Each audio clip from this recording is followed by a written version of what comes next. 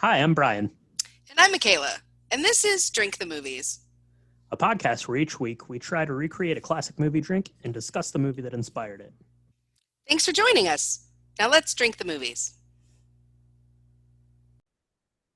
Hello, and welcome to episode 147 of Drink the Movies. I'm Brian here, as always, with Michaela. And Michaela, today we're taking a trip to a science fiction future dystopia that probably is going to come true in some way, shape, or another. And we get to see a play-by-play on how this thing is going to play out in this year's The Creator. We hadn't been to the movies for a while. We saw Ninja Turtles, I think was the last thing that we saw, but there hasn't been much else out. But this was coming out, and I was very excited to go see it. Looked interesting to me, and we did, and now we're going to talk about it. That's true. Um, I gotta say, when this film came to be previewed in front of other films, I was like, this is either going to be real good or this is going to be real bad because it looked visually amazing. There were things within it, just the look and feel of kind of this dystopian environment I thought was going to be cool. And I absolutely love the main actor, John David Washington. Oh my God. He is so amazing. I don't know if you ever saw the series Ballers. That was the first time I was introduced to him. The Rock is also in Ballers. He's amazing. He just happens to be Denzel Washington's son. So he knows a thing or two about what good acting looks like. So not only is he real beautiful, but he's real beautiful to watch in his craft because he is an amazing actor. So that was my number one reason, or number two reason, other than the visualization, to see this film. And I'm really glad we took the time to watch it on the big screen together because it was worth it. Yeah, definitely worthy of that. And it was worthy of today's cocktail, Michaela. So why don't we do this? Let's take a quick break, and we'll be right back to whip up this week's drink. This episode is brought to you by Shopify. Forget the frustration of picking commerce platforms when you switch your business to Shopify, the global commerce platform that supercharges your selling wherever you sell. With Shopify, you'll harness the same intuitive features, trusted apps, and powerful analytics used by the world's leading brands. Sign up today for your $1 per month trial period at shopify.com/tech, all lowercase. That's shopify.com/tech. So this cocktail is called the Alpha cocktail. And if anybody doesn't know, Alpha is kind of a euphemism for the beginning, like the first. Alpha is the first letter of the Greek alphabet. It looks like a weird, like a fish looking thing. So the Alpha cocktail, this particular recipe comes from Difford's Guide. Difford, you old dog, you, very precise. We're going to start with 8 raspberries. Not 7. Not 7, 9. not 9, 8. There's no indication of the size of these raspberries. Just measure with your heart. So 8 raspberries, 3/4 of an ounce of Campari, 3/4 of an ounce of silver tequila, half an ounce of agave syrup, 3/4 of an ounce of lemon juice, and a dash of orgeat syrup. Now, Brian, if for the kids at home, what is orgeat and what is orgeat syrup? Why is it used? Tell me all the things. So orgeat syrup, to my knowledge, is an almond syrup, and you're basically going to use it here. You're just using tiny bits. I didn't really know what a dash of that looked like myself, so I just gave it a little like smidge of it. I guess I just poured a little bit, dollop, I guess, into my shaker tin, and basically what it's going to do here is you don't get a lot of like taste from it. You'll see orgeat syrup a lot of times in like tiki drinks and things where it's going to lend some sweetness and that, but you're really doing it here for the body of the cocktail and a little bit of the kind of opacity of the cocktail, right? To give it, you don't want it to be like super crystal clear. You want it to have a little bit more kind of body there in the glass, and that's what you're using for. And this does have a very tremendously nice mouthfeel, which is really great. So let's do this. You put the raspberries in your shaker tin and give those a muddle, and then throw the rest of the stuff into your shaker with some ice. Shake it up, and then you're going to have to double strain that because raspberries, a lot of seeds in those. So use your Hawthorne strainer. That's the one with the weird like coil thing on the end. That's called a Hawthorne strainer. So use that, and also use a little sieve or some sort of thing there, so you can get all that stuff out of there, and then strain it into a little glass. I think it calls for like a Nick and Nora glass. there on the actual difference guide there. I don't have one of those in particular. So use whatever you have available. Coupe glass would work. I actually use like a little like beer like tasting glass kind of thing. It's like a little like a little like brandy snifter almost kind of thing that I used for mine. And sip and enjoy. Now I will say I think if I was doing this again, I would probably do it in a rocks glass over like a big ice cube. I think it could stand to have some ice melt because this thing is pretty bitter. The Campari is bitter. The raspberries are astringent, so it's bitter. So if you're not into bitter cocktails, heed my warning here. Maybe ask some artificial intelligence to put you in another direction. But I am a big fan of those flavors, so I thought this was pretty good, Michaela. Yeah, no, I think this is great. It is bitter. Because raspberries are kind of a bitter berry. In order to have raspberry taste good in like sorbet, we add a ton of sugar to make that like okay. You add the agave. I think you might soften it a little bit if you use a little bit more agave when you're shaking it up. That might help. But and then of course the tequila. Silver tequila, I don't think I don't know. All I tasted was the Campari. I didn't taste much tequila, and I don't know because they're in equal parts. I don't know if that was your experience. We didn't drink this together, but I think that the Campari and the lemon with the Orgeat kind of overpowers any tequila feeling. At least it did for me. Yeah, I didn't get a lot of tequila out of this, and I have to be honest. When we got the recipe pulled up there, I was very worried about how this was going to come together because tequila has kind of that that sweeter like agave note to it, and then obviously the agave syrup here, the Orgeat syrup is sweeter as well. So I was like, I don't know how like a sweet flavor and that Campari is going to pair up. But when I was drinking it, I actually wished that I had a little bit more sweetness almost to cut through some of that bitterness, or just a tinge of it maybe. So what I might do in the future is just tick up the tequila a little bit, maybe to like an ounce, and drop the Campari down to like a half an ounce. Just play with the balance of those two a little bit to see if I can find something really nice and in tune. But I think this was a really good starting point if you like kind of the flavors of like a Negroni, which is a lot of people's favorite cocktail. It's certainly one of mine.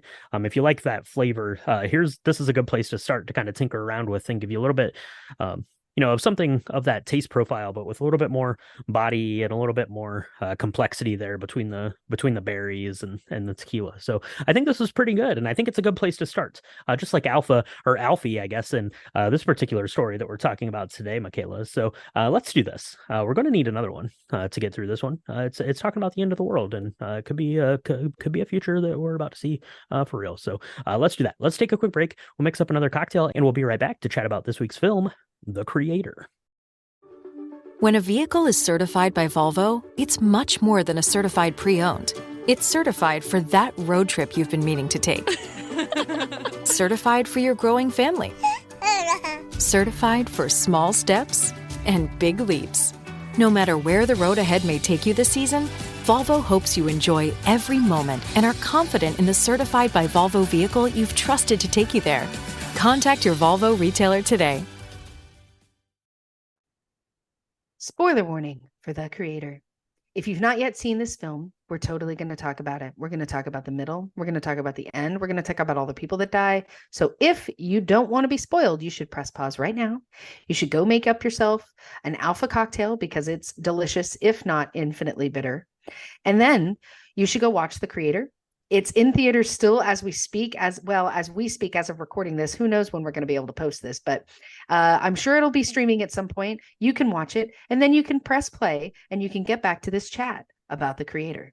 So The Creator was released just very recently here in 2023. It was directed by Gareth Edwards, who is most widely known, I think, probably for directing Rogue One, the Star Wars film. Also directed the Godzilla from 2014. And before that was working in Hollywood as a visual effects person, which is why his movies are pretty good at visual effects. I will say Gareth Edwards has an eye for these sort of things. John David Washington plays Joshua, the soldier looking for his wife and this AI weapon. And we have Madeline playing Una Voiles as Alfie, the said AI weapon. We've got another couple of people here in this that we're going to talk about as we get into the story a little bit, Michaela. But as I mentioned at the top, this was kind of this new sort of sci-fi movie, and we don't get a lot of those anymore, right? Pretty much now, if you go to your local cinema and you see some big kind of production of a film, it's going to be like a Marvel film or a DC film, or maybe like a Star Wars film, or something of some other property, right? We don't get a lot of independent and new stories, and that was something that was pretty interesting to me as a fan of science fiction. Exciting to see something new and refreshing, I guess. Yeah, this was really interesting in the sense that because it's Gareth Edwards, we knew that it was going to be pretty visual. I don't know. It definitely has a lot of the same kind of feeling and tone that I got from Rogue One, which I loved. Rogue One, one if not my favorite of all the Star Wars films. Just saying. I thought it was so amazing. So this definitely it has some revisited questions about artificial intelligence that we've been questioning since Blade Runner, right? And maybe even before then, different ideas. But the way in which they delivered this, I thought, was pretty special. And basically, it begins in like 2055, where an artificial intelligence created by the government decides to detonate some sort of nuclear warhead in Los Angeles and kills like millions and millions of people. I love the beginning of this because it uses it looks like vintage, footage. It's used like stock footage, right? As if artificial intelligence became a thing that we weren't terrified of. Clearly, nobody in this universe ever watched Terminator 2 or Blade Runner or any of these, where it's like, I don't know if we want the computers to own everything because they could turn around and kill us all. But I guess we embraced it until we didn't, and then we really didn't when the city of Los Angeles was completely blown up, and we blame this artificial intelligence kind of computer being for it.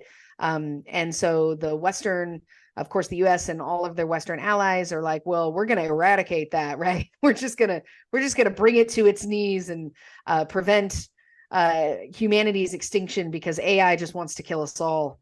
And kind of that's where we're thrust into in kind of this area of New Asia, which was, I thought, interesting. Of course, they have to pick Asia to be the place where, they have found the ability to work with an artificial intelligence and not have a dystopian, horrible place occur. That's right. And New Asia is where we're going to pick up here with Joshua. We see him. He's there laying in bed with his wife, Maya, who's played by Gemma Chan, and they're chatting and seem to be having a nice time together. But as it turns out, that this is apparently where the United States military has tracked the slippery devil Nirmata to, right? And Nirmata, I guess, is like the head, chief architect behind all of the AI stuff forever. Basically, I guess, invented all of this or programmed all of it or came up with all of it somehow. And Joshua's there meant to infiltrate with Maya, right? They thought Maya might have known. And spoiler, apparently Maya was this Nirmata person. So the government tracks it there. Thankfully, I guess, if you're the United States, you have a giant, I don't know, like 10-mile long flying spaceship kind of thing called Nomad, flies around in the atmosphere, rains down missiles and bombs on anyone who may try to go against the greatness here. They target in on this location and send those down. Maya, unfortunately, is going to meet an untimely end as she is trying to flee away from Joshua, and it just kind of washes over Joshua. And then we're going to, I guess, come to assume that Joshua lost a couple of limbs in this explosion, right? He has now a prosthetic leg and a prosthetic arm, probably as a result of that explosion. And we catch back up with him in good old Los Angeles, where he's trying to move on with his life. That's right. And what do you do if you were a secret agent operative and you broke your wife's heart before she looked like she met her untimely end being blown up by the Nomad? What do you do? Well, I guess you join a garbage crew and you clean up Los Angeles because I don't know how long it's been. It's been like 5 years. I don't know how long it's been since Los Angeles had been hit, but I guess it's okay now to be in the giant crater. Now we're cleaning up, but there's only like 6 people doing this, and there's a lot of waste. So I want to talk a little bit about the set direction here, because I thought that was really impressive, the way that they did that. The CGI, it's kind of hit or miss depending on what you're looking at. But I really thought that the set direction part was pretty cool. The way that they showed Los Angeles, and they showed this giant crater and all of the areas kind of around it that they're still trying to clean up. And so you see Joshua kind of go in, and he's opening up, I don't know, cars, and there's still like dead bodies that are decomposing. And then there's every now and then they find a robot that's been that turns itself on or gets enough, I don't know, it's moved in such a way where its brain synapses start to connect. And so like it's really sad, because you see this one that's actually really upset, asking if the family that it's with is okay, because it doesn't realize that it's been 5 years and they've been dead next to him for a while. And you know, Joshua doesn't have any problem with dismantling these computers. He's like, they're not real. They are just programs. They're programmed to sound really great, and they're programmed to tug at our heartstrings, but they're not real, and they should all be turned off. He is a firm believer in that. Yeah. And I guess that's when I don't know. I thought this was a little bit of a plot problem, right? Because we definitely want to put him in a situation where he's not like super happy 5 years later. There's a couple of those. There's a couple of those. But yeah. So he's working there in Los Angeles, cleaning up. It's been several years, right? He's laying out by the pool. That seems good. And then Colonel Howell, who's played by Allison Janney. Allison Janney's great, because she always plays like this character that annoys you. And she does here as well. And she comes to recruit Joshua, says, "Hey, Joshua, your wife's still alive." If I'm Joshua, I'm like, she got blown up by our space boat upstairs, right? So they threw like 11 missiles down on top of her. And I was standing like a mile away from where she was. So there's no way that is true. But you know, they convince her. They show her like this little like video footage of her there running around. And so Joshua says, okay, I'll go back. I'll help you find this special weapon, and then I can find Maya. Even though Maya hated me the last time I saw her, and then she also got blown up by a missile, I'm going to go find her. We'll reconnect. That'll be nice. I want to go see my wife again.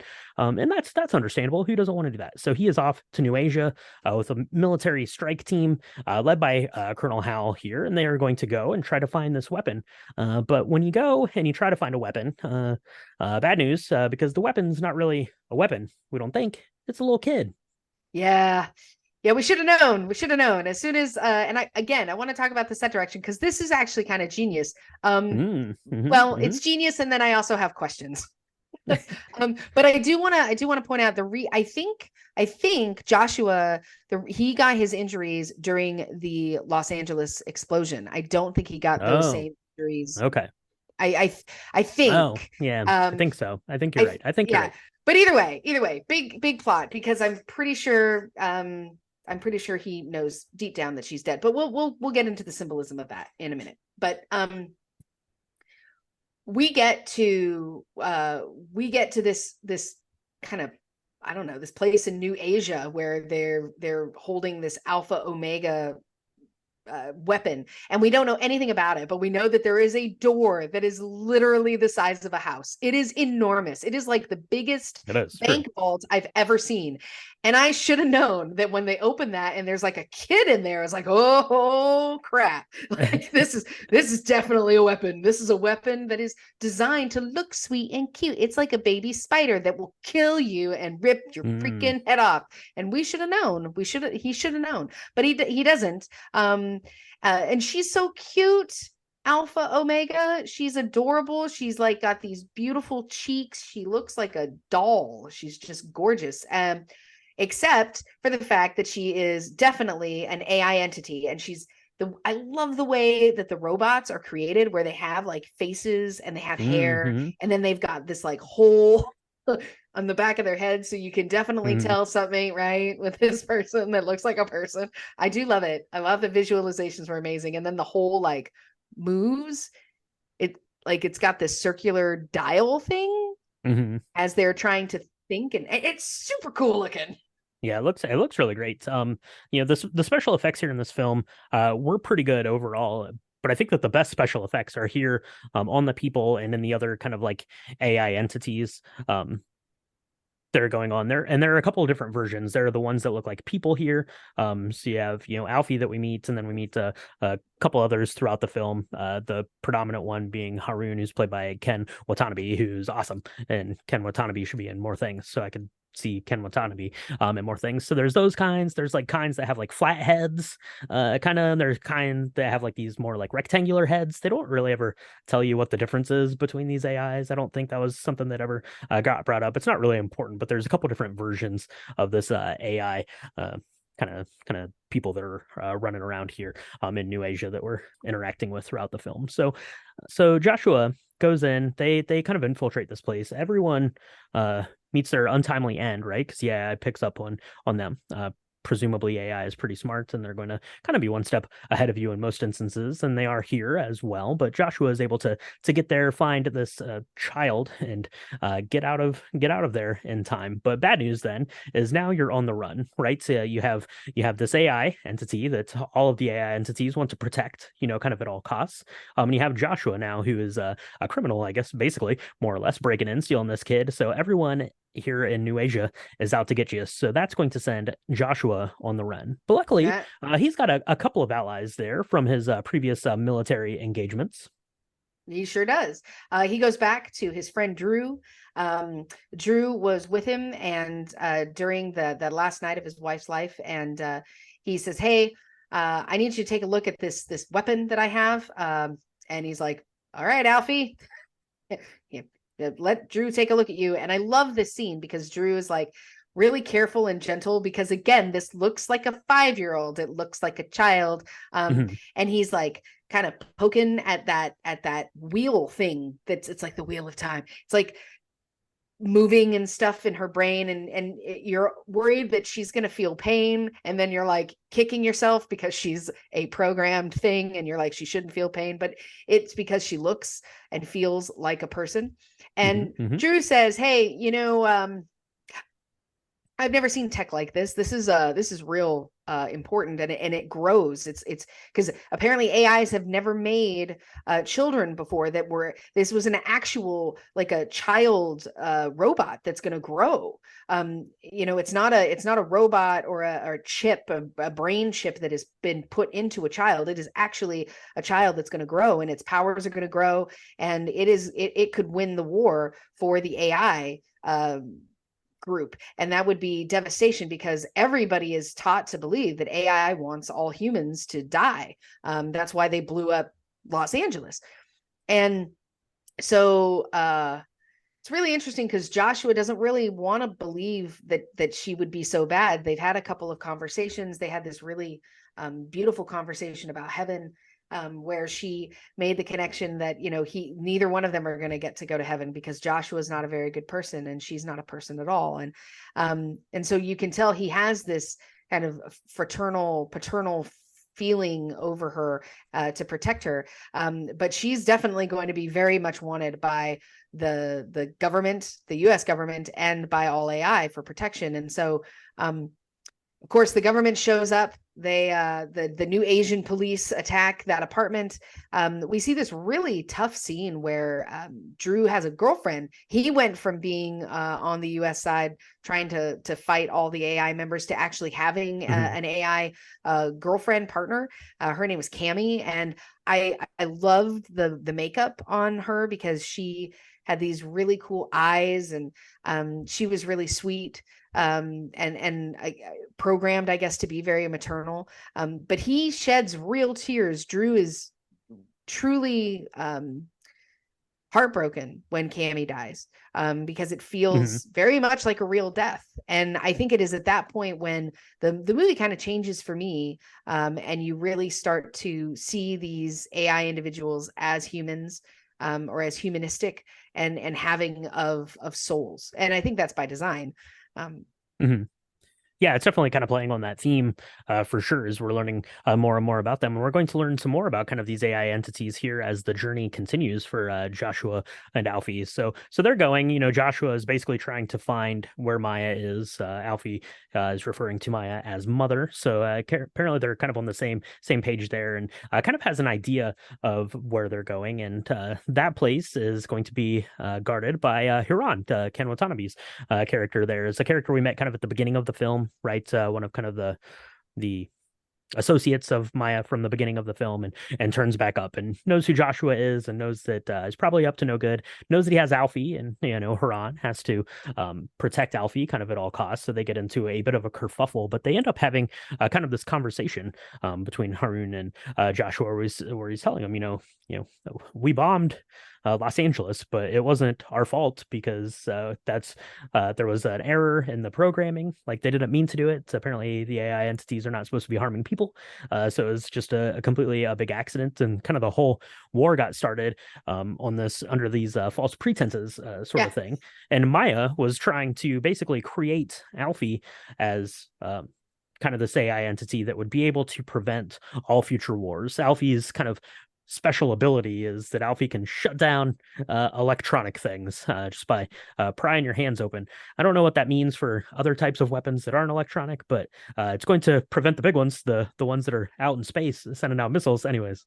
So I do think that this part of the film was I don't want to say it's weakest, but it definitely, there were a couple of things that started to kind of fall apart with this, because we see that Alfie can kind of talk to the different things, and as she gets older, she's going to be able to talk to any AI entity all over the world, no matter where she is. But for this particular time, because she's still so young, she needs to get close enough to certain things to be able to get them to move.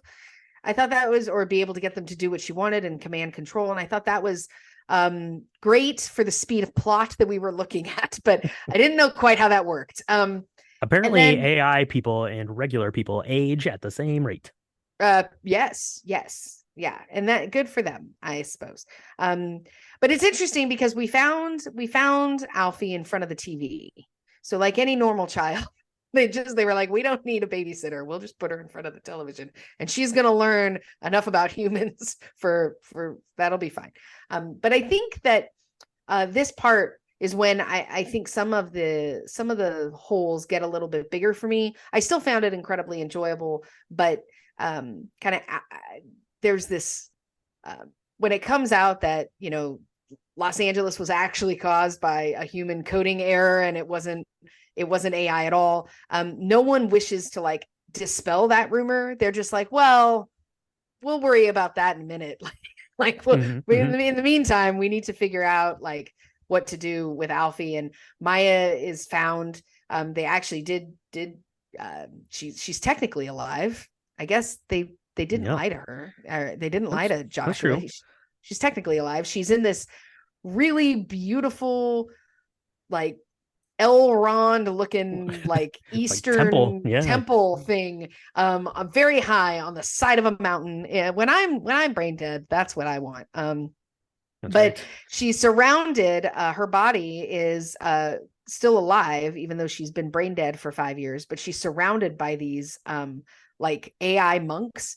And what's ironic is that they haven't been able to turn off the machines because they are programmed not to ever harm a human. And so they're like, hi Josh, you're the only human in this room and you want to do something about your wife. And so he has to make the horrible decision.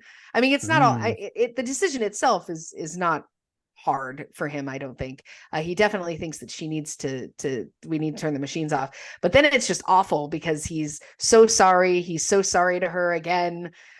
He's just completely brokenhearted, and he plays that really well. And then Alfie is brokenhearted, and it turns out that Alfie was actually like based from a genetic perspective on their unborn child that never got to make it because of the explosion. And it's really heartfelt and sad, real sad. This part.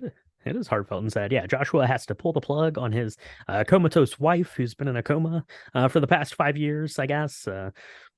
She looked pretty good laying there, I would say, for someone that's been in a coma for 5 years. On a side note, so apparently the monk doctors there that were taking care of her did a good job. I really like the monk AI people because they were also wearing like monk robes. Like they were, just regular like human monks, so they had the same Yep. same kind of thing. I like that, and then you get kind of the stuff like through the town. You get like the little like battle there, which looks pretty great. I think with the kind of ships and like these big, huge like mega tanks that the military is sent in to go in and get Alfie dead. Which is probably the biggest plot hole of the movie, but we'll get to that in a second because Joshua, pulls the plug on Maya there on what's on Nirmata. So I guess that's solved. I'm not 100% sure why they needed her to die. I think they just wanted her to so she could move on to kind of the afterlife. So that's nice. That's a pretty sweet sentiment there. And then Joshua and Alfie are going to flee, or are not going to be able to flee because they end up getting captured and taken back to the United States. So they're heading on their way back, and it's time now to shut Alfie off. But every time they go in to try to do it, Alfie has that ability, can just shut the thing off. So they're going to need Joshua to come in and do it. So now Joshua has watched his wife die, and then pulled the plug on his wife, and now he has to pull the plug basically on Alfie, this kid that is modeled after his own unborn kid. No, that's right. Yeah, I mean, it's a little, again, it's convenient. It's convenient that Joshua is there. And he's given this weird looking stun gun that I guess he resets to not kill. And so he whispers to her right before he does it. He says, "Not off, just on standby," which I thought was really cute. But so she's shocked to know that she's not going to be turned off completely, but then she's stunned, and so she looks like she's dead. And they're like, "Well, we're going to have this funeral, or we're going to have this ceremony where then I don't know, they're going to open her. I don't know what they were going to do." But Joshua was like, "It's a funeral to me and I want to be there." And they don't think anything's wrong with that. They're like, "Sure, no problem. Sure. Let's Yep. let's do it." But they discover that this is a ruse, and they escape because they're going to like incinerate her again.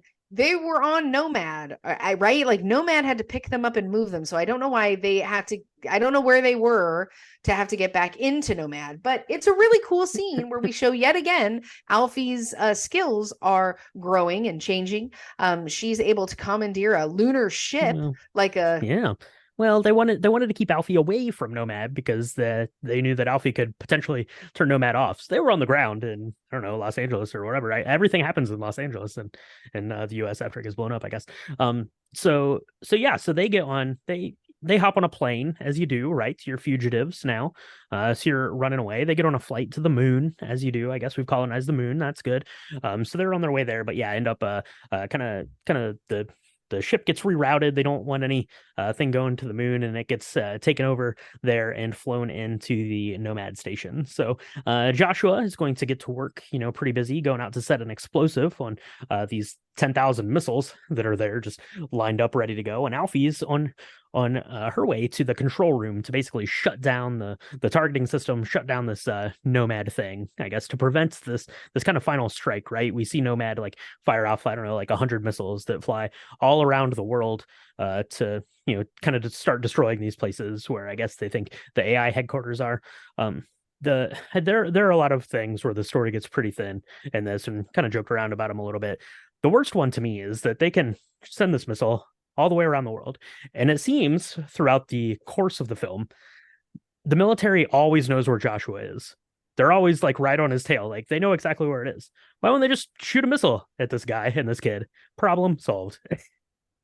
Yeah, I mean, yeah, because that's exactly what they did at the beginning of the film, right? Is they were like, "We think Nirmata is somewhere on the coast of this island. We're just gonna we'll light it up, wrecker ball that whole thing," right? Yeah, light a match, blow torch, no problem. Good questions, Brian. This part was weird to me. The ship, because they're on Nomad.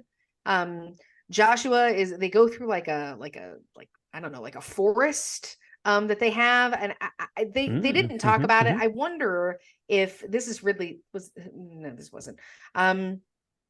This film, I'm wondering if there is going to be like a director's cut with another 40 minutes where we're going to learn about all the things on the ship, because it looked really cool, but I have no idea what the actual functionality was of the forest that was inside the Nomad Mhm. ship. Yep. I don't get it. I'm not saying it's a bad thing. It was very visually cool and it's very great. It makes for a great thing later that we're going to talk about, but it's a little weak. I don't understand it. But so what ends up happening is Alfie ends up turning all of the missiles off. So they just kind of land and kerplunk wherever they are. Which is still terrifying that now you've got like these live nuclear warheads. Just there's 100 of them just like hanging out on the surface of the earth. I hope people there know what to do. Be fine. It's fine. It's fine. It's fine. But Joshua, he had this memory chip that he had that he took out of Maya when he was turning the machines off. And Alfie takes that from him and gives it to a new Maya. So one of the things that you can do is you can sell your face basically to the AI companies who will put it on a AI robot. And then, someone will look like you and they'll be programmed and they won't be like you necessarily, but they'll look like you. So when Alfie finds one of these that looks like Maya, she goes ahead and shoves this memory chip in. Now memory chips, we learned at the beginning, they don't last very long. It just gives you a couple more minutes with your loved one because they don't realize they're dead. It doesn't work out so well with some of the other people we've seen. So I don't know if this was a good idea or not, but turns out to be okay at the end. But I don't know if I would have I don't know if I would want that. Okay, if I die, don't give me a memory. Don't reboot my memory because I will be like, is that my body over there? That would really freak me out. That would be bad. Yeah, that would be bad. They go there, right? Alfie and Joshua to blow up this Nomad station, and that's what they do. Like, we're able to get Alfie out onto an escape pod that Joshua's not able to get into because there's like a weird it looks like that Matrix monster thing that's crawling around that they're having to fight off in the Matrix is what it looks like. It looks like this like spider electronic kind of thing, which maybe Alfie could have probably turned off. I don't know. But yeah, so they're there. Alfie gets off on the escape pod, easy peasy, no problem there. Joshua, unfortunately, like I said, can't get onto the escape pod, so he's going to watch. It's actually very emotional as the escape pod leaves, and he has to, watch Alfie go. But happy that Alfie's going to make it off of there, and then goes back out into that like big like forest garden kind of thing, and sees the AI version of Maya. They get to embrace as the Nomad explodes and falls down to the earth. To the cheers and celebration of the new Asia residents and AI residents, and an onlooking Alfie who's there to witness her success, I guess, in bringing down this Nomad system. And that's pretty much where it ends, Michaela. So the movie, itself, it makes a lot of kind of like statements, I guess, kind of like about AI, but they're almost like bullet points, and I don't like, it didn't feel like any of them ever got addressed, or it didn't take any like kind of like stance on whether any of these things were good or bad or indifferent. It just kind of was like, this is how it is now, I guess. I don't know. Yeah, I don't know. I found it most ironic that like the thing that they blamed AI for was like a mathematical error that some human did. Like, of course, it's going to be us that screws up and is our own demise, and not AI. But you would have thought that as a surprise to no one. I mean, that is not the surprise. What's surprising is that AI didn't fight that, because as you know, in today's day and age, it is all about the propaganda that you intubate into yourself, right? And consume, that's going to lead your kind of thoughts about life and your thoughts on what is right and what is wrong and your ethos, right? So I think that AI is very smart. I think it would have been smarter to been like, hey, actually, we didn't do that. It wasn't us, and here's ways we can prove that it wasn't us. We're not actually, this is not a crash override experience where all of the robots want to kill you. Like, that's not what's happening. I know this is not a Terminator 2 moment, right? This isn't that. What it is you guys trying to blame somebody else for a mess that you guys made as humans, and we can help you create that. Like, we can help with that. I don't know why. I mean, if they'd done that, then the plot would be completely different. But that was something that I thought was interesting. This whole idea of, are robots worthy enough to have souls, was really interesting to me, because you see Joshua's character change markedly from the beginning. At the beginning, he's yelling at his wife, who he has been lying to their entire relationship, right? And he's like, they're not, and she's like, they're my family, and she's like, they're not people, they're not real, you and I are real. And she's like, babe, this ain't real. Like, you've been lying to me for literally ever. This is not real. This was based on nothing. Right. To going from that to telling Alfie that they're going to go to heaven, and that they're going to see each other, that not only does he think he has redeemed himself to get into heaven, but he thinks that she and her soul is going to be there too. And that happens in a relatively short period of time. It's believable in the sense that I totally bought into John David Washington's acting. I think he's amazing, and he's in my opinion, he needs to do more. I want to see more stuff. Please, agents, go hire him, pay him, and hire him to do more stuff, because he's amazing. But that was the highlight for me, was seeing his character development and change. For sure. Yeah, it was interesting, as I didn't really looked into anything about the movie or what it was, kind of going to be about, but kind of the vibe I got from the previews for it, it seemed to me like it was going to be more of this kind of almost like walking journey that Joshua and Alfie were going to be on. It was much more like military, war focused than I kind of assumed it was going to be. Not that that's bad or good or not. It was just different than kind of I was expecting it to be in the take on it. And that said, I the fight, the action sequences are really well done. They're really good looking. The use of CGI in these instances is really good. All of the AI people, whether it's the real people with the kind of cylinders in their head, or the other kind of AI creatures, I guess, that have the flatheads or those rectangular heads, those all look really good. The ships for the most part look pretty good. Now, when it would kind of pull back to wider shots, it got a little bit more fuzzy there, but I thought overall it looked really good. There was a really weird musical take on this when they go and start the war. They're on this helicopter kind of thing, going to land and start the initial war, when they're kind of trying to infiltrate this base to get Alfie in the first place.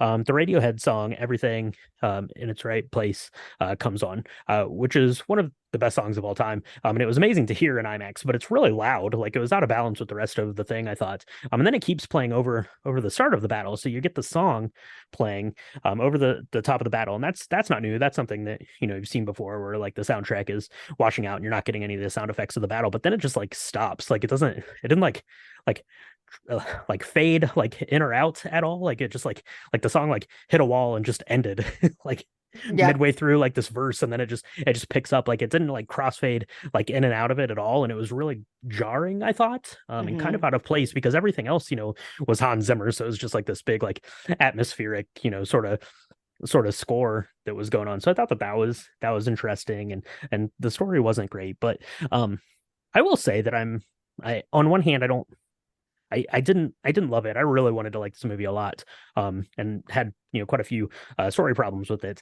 But on the flip side of that, I'm very happy that it exists. I think it's very much worth seeing because it's gorgeous and it's neat, and it's an interesting take and a new science fiction story. And on that side of it, I think that it is very much well worth seeing. I'm happy that I saw it. I'm happy, that we went out and saw it. But, kind of at the end of the day, and unfortunately for me, at least, I think the story is going to be a little forgettable. It's not going to be the Blade Runner for 2023. I don't think so. No.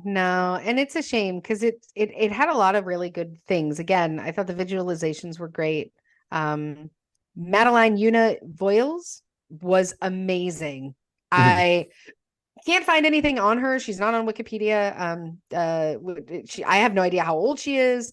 She's amazing. I really hope that this is not just a one and done for her. I really hope that she does more stuff if she wants to, because I found her talent to be kind of like Alfie's. Like it grew. You definitely found her endearing at first just because of the way that they kind of set her up to look. But by the end of it, man, your heart is breaking for this little girl who has now lost everybody in her life except Ken Wanatobi, right? I mean, he's the only one who has kind of known about her, and I don't know if how much time they'd actually spent together. So I think you're right though. I think that this is good.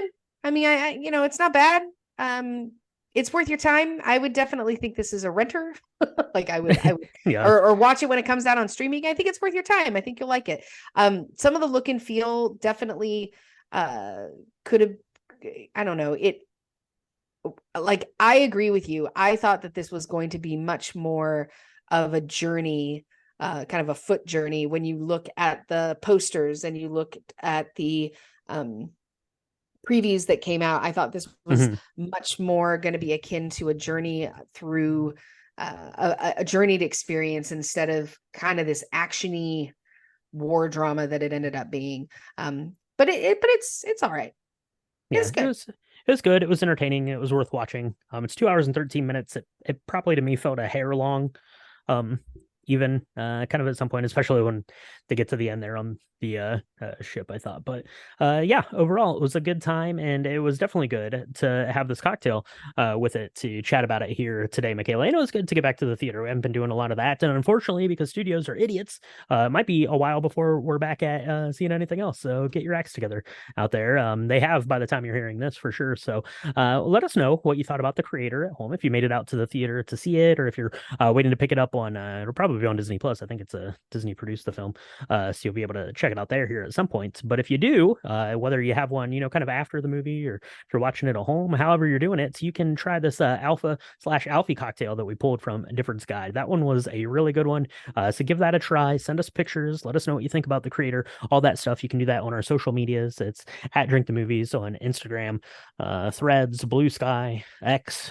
And it's facebook.com/drinkthemovies. Go to our website, www.drinkthemovies.com, for pictures of our cocktail, episode recaps, the drink, the music, drink the video games. All that stuff is on the website there. Go check out our Patreon, patreon.com/drinkthemovies, for bonus content, extra episodes, extra cocktail chats, all that good stuff. You can do that there. It's a great way to support the podcast. And the best way you can support the podcast is just making sure that you are liked and subscribed on the podcast feeds. Michaela, where can people find us? You can find us on Apple Podcasts, Spotify.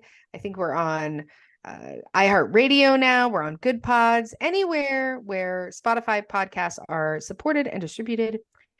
If you're listening to us now, your rectangle has a button. It says subscribe. If you're liking what you're hearing, please press that button. And if you're really liking what you're hearing, press like the 5-star button. If there's a 5-star button, leave us a review, tell your friends. It really helps us get all the Drink the Movie stuff out there. Absolutely. So that's going to wrap it up here for The Creator. It was a fun time. Go check it out. And let us know what you think about it. So that's going to wrap it up here for this one, Michaela. So let's do this. Let's go make another Alpha. Probably go for another one, I guess, after this journey that we've just been on. So let's do that, and we'll talk to everyone next time on Drink the Movies. You got to be a good person to go to heaven. Well, I guess we're not going to heaven. I'm not a person. Womp womp. Then they go to heaven. I love it. It's called heaven. It was called heaven. It was. It's like mommy's in heaven. I mean, I guess, she couldn't speak English at first, even though you're an AI with all of recorded history. Details, my friend. Details.